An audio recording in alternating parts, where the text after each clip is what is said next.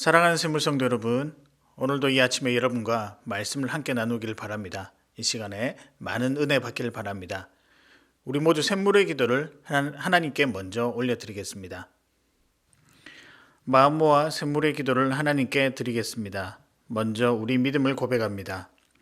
할렐루야, 우리 하나님을 찬양하는 일이 선함이여 찬송하는 일이 아름답고 마땅하도다. 아멘.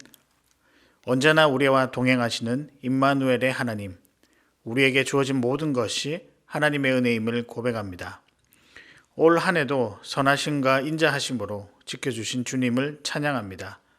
고난 중에도 잠잠히 주님을 바라는 믿음으로 기도하며 즐거움 중에도 하나님을 향하여 찬송하는 성숙한 성도 되게 하소서. 예배와 교회를 위해 기도합니다. 여호와께 그의 이름에 합당한 영광을 돌리며 거룩한 옷을 입고 여호와께 예배할지어다. 아멘. 예배의 주인 되신 하나님, 세상에서 가장 존귀한 자리로 우리를 초청하여 주신 은혜 감사를 드립니다. 아버지의 이름을 거룩하게 하시고 예배 가운데 영광 받아 주소서. 모든 성도가 하나님을 향한 경의를 품고 합당한 자세로 예배하게 하소서. 일상 가운데 그리스도의 몸된 교회로서 자녀의 품위를 지키는 지혜도 허락하소서. 목자를 위해 기도합니다. 그러므로 하나님의 능하신 손 아래에서 겸손하라. 때가 되면 너희를 높이시리라. 아멘. 우리의 참 목자 되신 예수님, 목장을 위해 수고하는 목자들을 주님께서 기억하여 주소서. 사람을 섬기는 복된 직분을 감당하게 하시니 감사합니다. 즐거워하는 자들과 함께 즐거워하는 기쁨을 누리게 하시고 우는 자들과 함께 울 수 있는 귀한 마음을 주소서. 목원들을 섬길 때 풍성함을 맛보게 하시며 늘 성령으로 충만케 하소서.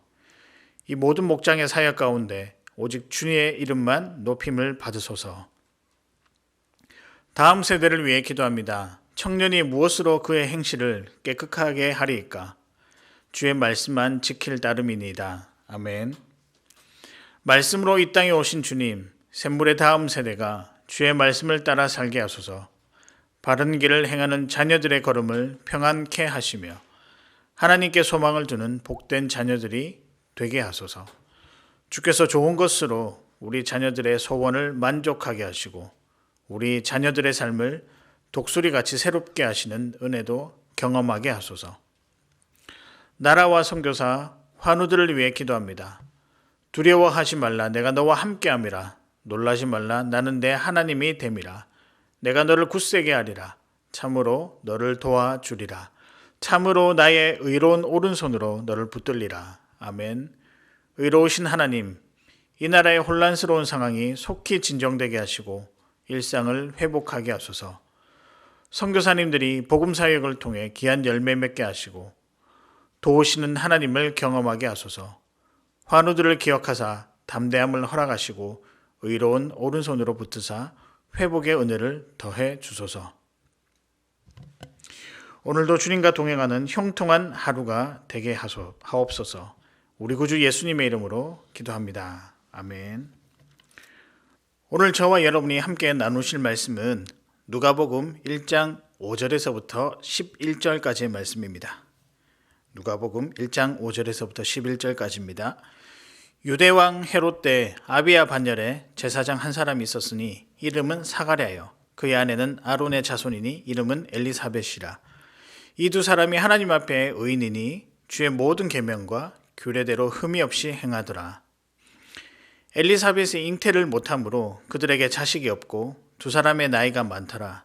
마침 사가랴가 그 반열의 차례대로 하나님 앞에서 제사장의 직무를 행할세 제사장의 전례를 따라 제비를 뽑아 주의 성전에 들어가 분향하고 모든 백성은 그 분향하는 시간에 밖에서 기도하더니 주의 사자가 그에게 나타나 향단 우편에 선지라. 아멘. 오늘의 말씀은 준비입니다. 하나님의 준비라고 할 수 있겠는데요.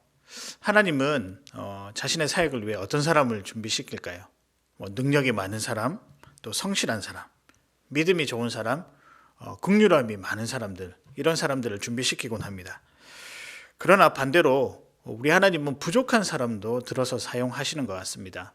때로는 지혜가 부족하고 능력이 부족한 성경의 인물 중에는 야곱, 요셉, 다윗, 베드로 및 사도 바울 등 겉으로 볼 때는 참 쟁쟁한 분들이고 화려해 보이기는 하지만 그들에게도 여전히 약점이 있었고 부족한 면들이 참 많았었습니다.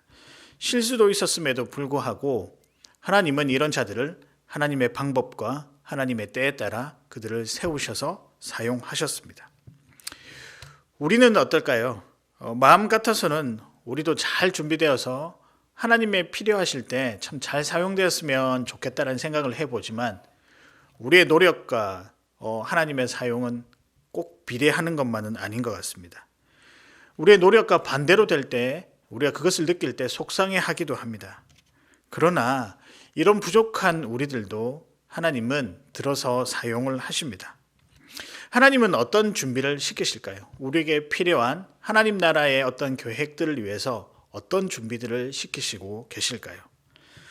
오늘 본문을 통해서 평생을 준비했던 어쩌면 단 이 순간을 위해서 준비하였는지도 모르는 한 사람을 우리가 보게 됩니다. 이 사람에 대해서 이분에 대해서 이분의 삶을 말씀을 보니까 화려하거나 크게 부각되지는 않았지만 단 한순간이지만 하나님 이때를 위해서 귀하게 사용했던 흔적이 남아있는 그런 분입니다. 그래서 그가 나중에 하나님 나라에 매우 중요한 역할을 한 사람이다라고 할 수 있고 또 성경에 기록이 되어 있습니다. 오늘 이 인생을 통해서 우리가 살펴보실 때 하나님께서는 어떤 준비를 시키시는지 또 우리에게 필요한 준비가 무엇인지 이것을 함께 나누고 도전받고 마음에 품고 각오하는 저와 여러분 되시기를 소망합니다. 하나님은 어떻게 준비시킬까요? 하나님의 준비는 무엇일까요? 첫 번째입니다. 신실한 믿음입니다.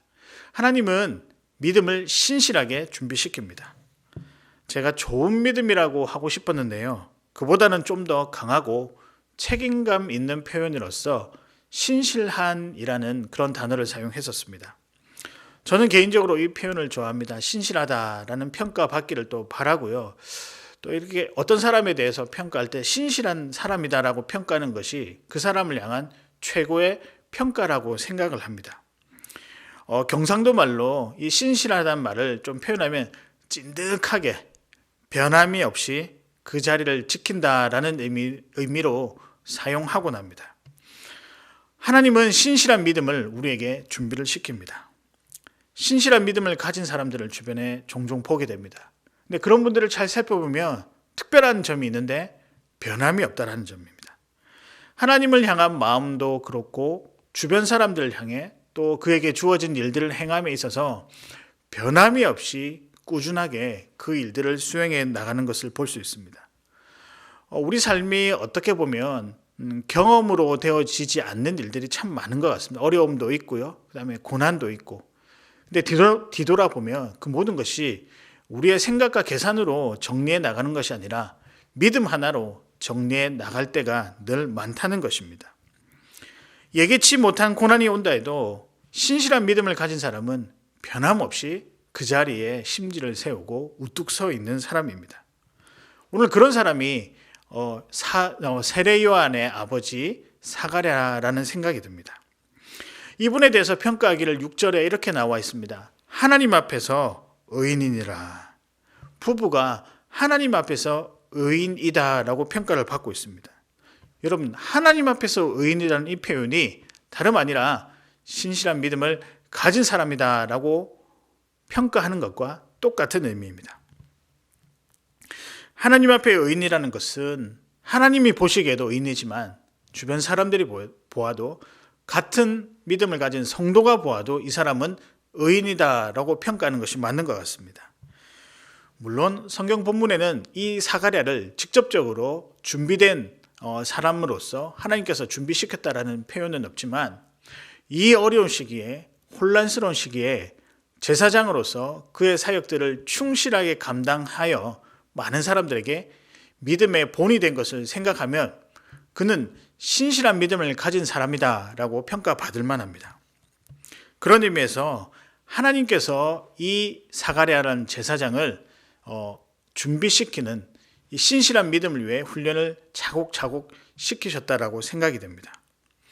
여러분, 그러고 보면은 하나님은 어떤 일을 맡기실 때 그 사람의 능력을 먼저 준비시키는 것이 아니라 그 사람의 믿음을 먼저 준비시킨다는 것을 우리가 보게 됩니다. 모세도 그렇지 않습니까? 광야에서 하나님을 의지하는 믿음을 준비시켰고요. 요나는 어떻습니까? 하나님의 계획을 신실하게 믿는 그 신뢰하는 믿음을 준비시켰다는 것을 우리는 기억해야 합니다. 사랑하는 여러분, 그래서 신실한 믿음을 위해서 우리가 애를 많이 써야 하겠습니다. 여러분, 신실한 믿음이란 변함없는 믿음, 책임 있는 믿음입니다. 여러분 아시다시피 우리의 환경이 우리의 뜻대로 흘러가지 않습니다. 너무 변화무쌍하고 때로는 그래서 우리에게 부담이 될 때가 참 많고 낙담할 때도 있습니다. 그렇지만 우리 하나님이 변하지 않듯이 그 하나님께서 우리에게 허락해 주신 이 믿음도 변하지 말아야 할 것입니다. 그래서 이 신실한 믿음을 위해서, 변하지 않는 믿음을 위해서 성도로서 우리가 애를 많이 써야 할 것입니다. 주님 바라보며 언제나 변하지 않는 믿음, 항상 그 자리에 있는 신실한 믿음이, 이 믿음을 하나님께서 준비시키시고 하나님의 계획에 우리를 사용케 하신다는 겁니다. 그래서 오늘 제가 여러분에게 도전하고 싶은 것이 이 신실한 믿음을 가지십시오라고 하는 이 기도 제목을 여러분에게 드리고 싶습니다. 그래서 오늘도 신실한 믿음을 가지며 하나님을 신뢰하며 우리에게 주어진 삶을 한 걸음 한 걸음 걸어 나갈 수 있는 귀한 샘물의 성도가 되시기를 바랍니다. 하나님은 무엇을 준비시킬까요? 첫 번째가 믿음이었다면 두 번째는 현실입니다. 즉 삶을 준비시킵니다. 어떤 준비를 할까요? 좀 더 구체적으로 성실한 삶을 준비시킵니다. 너무 교과서적인 답이 아닐까라고 생각하겠지만 여러분, 때로는 기본이 가장 강할 때가 있다는 거 기억하시길 바랍니다. 사랑하는 여러분, 성실한 삶을 살아가시길 바랍니다. 그렇다면 이 성실한 삶은 무엇일까요? 말씀대로 사는 삶, 말씀대로의 삶입니다. 다시 한번 따라 하실까요? 말씀대로 사는 삶.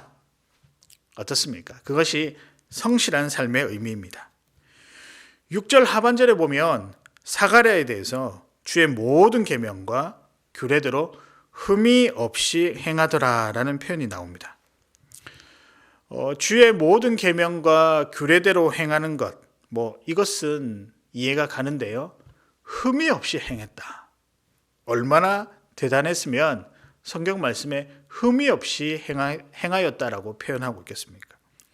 정말 말씀 그대로 곁곁 한 번도 나가지 아니하고 그 말씀대로 지키며 살았다는 의미입니다.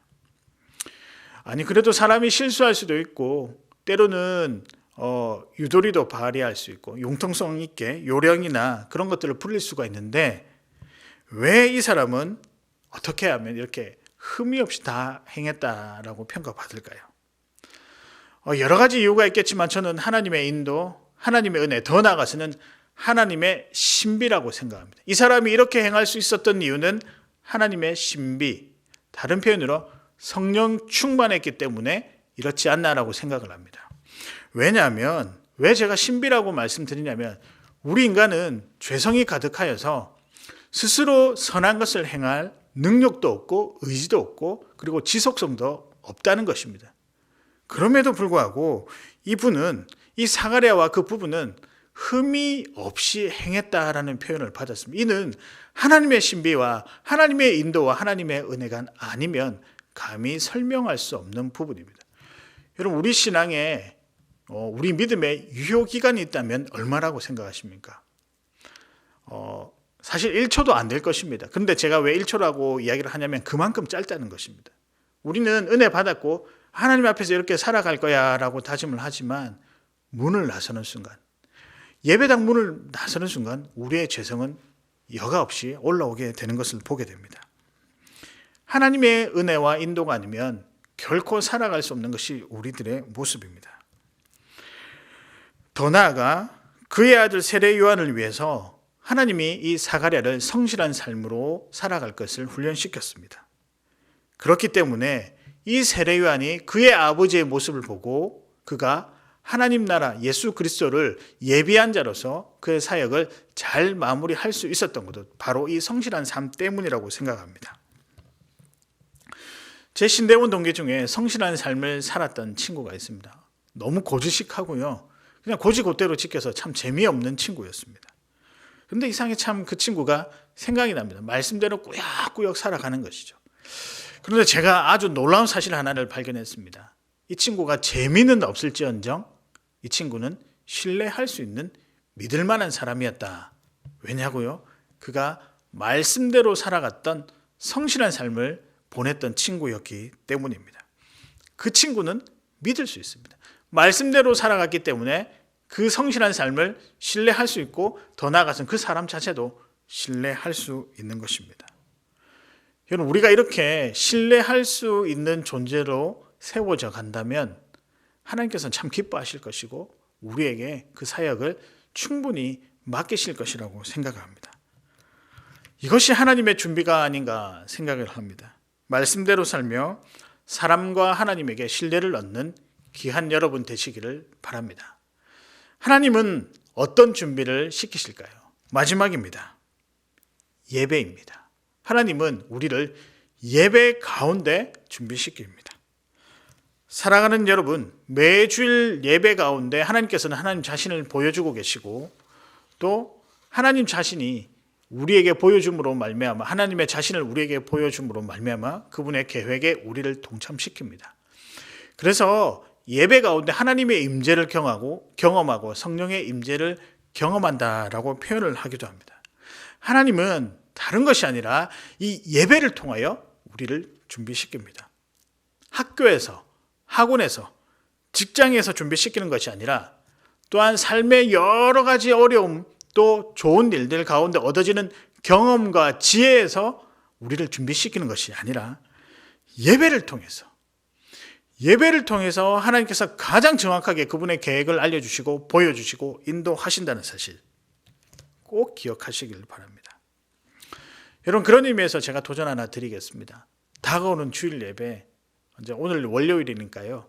아주 긴 시간이 남았죠. 이 예배를 정말 준비를 잘 하시고 기대하고 기다리는 그런 여러분 되시기를 바랍니다. 우리 담임 목사님께서 한 번씩 언급하시는 예배에 목숨 거는 성도가 되기를 주님의 이름으로 축복합니다. 사가랴는 아시다시피 제사장입니다. 제사를 주관하는 예배를 인도하는 자입니다. 그 예배가 정성스럽게 드려질 때 하나님께서는 이 모든 예배를 기뻐 받으십니다. 오늘 그 정성스러운 예배를 통해 여호와의 사자를 만나게 되고 사가랴가 이 여호와의 사자를 통해 하나님의 놀라운 계획을 듣게 됩니다. 하나님의 음성을 듣는데 근데 이 순간이 언제라고요? 예배 가운데라는 것입니다. 그러고 보면 하나님은 우리를 향한 뜻과 우리를 향한 계획을 언제 말씀하시는가요? 경험이 아니고 바로 이 예배장, 이 예배의 자리에서 하나님께서는 우리에게 말씀하십니다. 하나님과의 깊은 교제 시간을 통해 하나님 자신의 뜻을 밝히시고 그 뜻에 순종할 것을 요구하십니다. 여러분 8절부터 11절까지를 보면 이 상황을 간단하게 요약하면 제사장이 진중함으로 하나님 앞에 제사를 드리고 있고요. 바깥에는 모든 백성이 이 기도의 향단이라고 표현하고 있는데요. 이 기도가 하나님께 올려지도록 함께 기도하면서 예배를 정말 거룩하게 드리고 있는 모습을 묘사하고 있습니다. 제사장이 분향할 동안에 정성을 다해서 기도하며 이 예배를 사모하는 마음으로 또 예배에 임하고 있다는 것입니다. 이럴 때 어떤 일이 벌어집니까? 예수 그리스도를 메시아를 준비할 아들을 위한 계획, 세례 요한을 위한 계획을 예배 가운데 하나님의 천사가 알려주고 있는 것입니다. 여러분 그런 의미에서 예배는 사람의 준비가 아니라 하나님의 준비라고 말씀드릴 수 있습니다. 하나님은 예배를 통해 그의 백성들을 불러 모으시고 또 도전케 하시고 순종케 하십니다. 제가 대학생 때 참 이렇게 좀 강하게 훈련을 받았었는데요.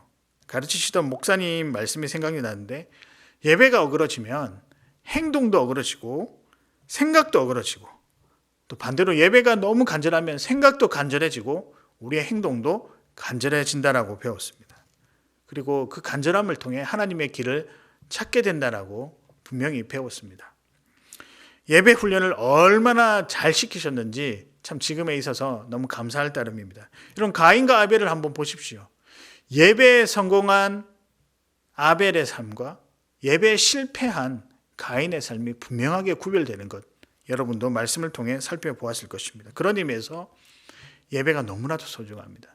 예배의 몫은 거는 여러분 되시기를 바랍니다. 예배를 통해 하나님은 여러분을 준비시키십니다. 말씀을 정리하겠습니다.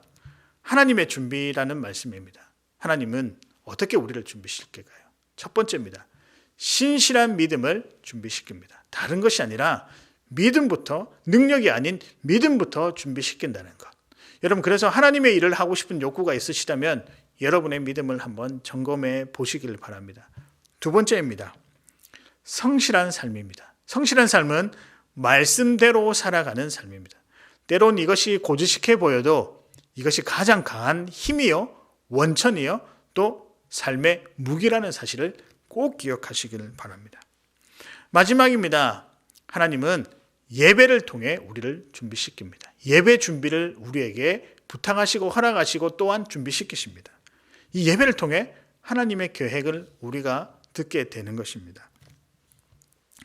오늘 말씀을 마무리하면서 한 가지 특별히 여러분에게 집중해서 권면드리고자 합니다. 사랑하는 여러분, 신실한 믿음을 먼저 준비하신 여러분 되시기를 바랍니다. 믿음으로 순종이 나며 하나님 경배하는 예배가 나오는 것입니다. 물론 믿음이 먼저다, 그다음에 삶이 먼저다, 그다음에 예배가 먼저다, 어느 것이 먼저다라고 할 수 없겠지만 정말 중요한 것은 믿음이 참 중요한 것 같습니다. 변하지 않는 믿음을 위해서 기도하시고 도전하고 또 그런 도전으로 하루하루 살아가실 때 하나님께서 우리를 향한 그 계획을 우리는 이 믿음을 통해 깨닫게 될 것입니다. 그래서 때론 이해되지 않는 상황이 이해가 되고 감사가 되는 것도 신실한 믿음 때문임을 기억하면서 여러분 오늘 하루 하나님 내게 신실한 믿음을 허락해 주십시오 라고 기도하시면서 또 여러분 삶을 오늘 감사함으로 걸어가시는 우리 귀한 샘물성도 여러분 되시기를 주님의 이름으로 축복합니다. 이 시간 함께 기도하실 때요, 먼저 우리의 믿음이 신실할 수 있도록 하나님 도와주십시오 라고 기도하시고요. 두 번째는 말씀대로 살아가는 것에 대한 자부심을 느끼게 해달라고 기도하시고요. 마지막은 다가오는 주일 예배, 또 우리 삶 가운데 드려지는 샘물 플래싱이나 여러 가지 예배를 사모하고 귀하게 여기는 성도 되게 해달라고 기도하시고 자유롭게 돌아가도록 하겠습니다.